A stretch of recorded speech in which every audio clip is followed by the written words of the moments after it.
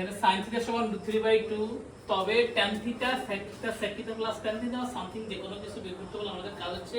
এখানে আমার যে ভ্যালুটা দেওয়া আছে যে sin থিটা সমান √3/2 এখন এখানে বেসিক্যালি বুঝতে হবে √3/2 কার মান এখন আমি জানি বিদায় সেটা আমি জানি এটা 60 ডিগ্রির মান হচ্ছে sin √3/2 এখন তোমরা যারা জানো না তোমরা ক্যালকুলেটর চাপ দিলে তুমি পাই যাবে যে √3/2 কত ডিগ্রি sin এর মান তো এখানে আমি জানি বিদায় লিখতেছি sin 60 ডিগ্রি অর্থাৎ থিটা সমান কত 60 ডিগ্রি তো থিটা 60 ডিগ্রি tan থিটা অর্থাৎ tan 60 ডিগ্রি √3 হ্যাঁ আমি এটা পাইছি কই আমি জানি আর তুমি না জানলে ক্যালকুলেটর আছে sec থিটা 3 ডিগ্রি এখন আমি জানি এটার মানে হচ্ছে কত 2 কারণ cos এর উল্টা আর তোমরা যারা জানো ক্যালকুলেটর দিলে আসবে আর sec theta plus tan theta এটা তো আমরা এই যে দুটো জিনিস পাইছি একসাথে যোগ করে দেব sec 2 প্লাস tan 3 কত √3 এটাই आंसर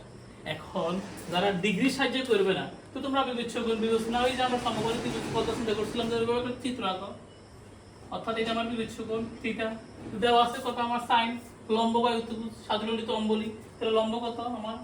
3 অতিভুজ কত 2 তাহলে আমার এটা x হলে পিথাগোরাস থেকে কত হবে আমার তো অতিভুজ square 2 square x square plus √3 square অর্থাৎ কত আমার 4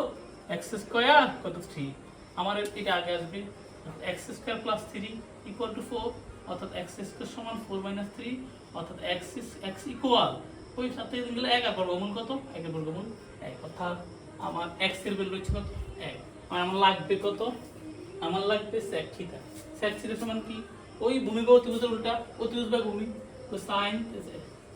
ওই sec থিটা অতিভুজ বাই ভূমি ভূমি বা অতিভুজ কত 2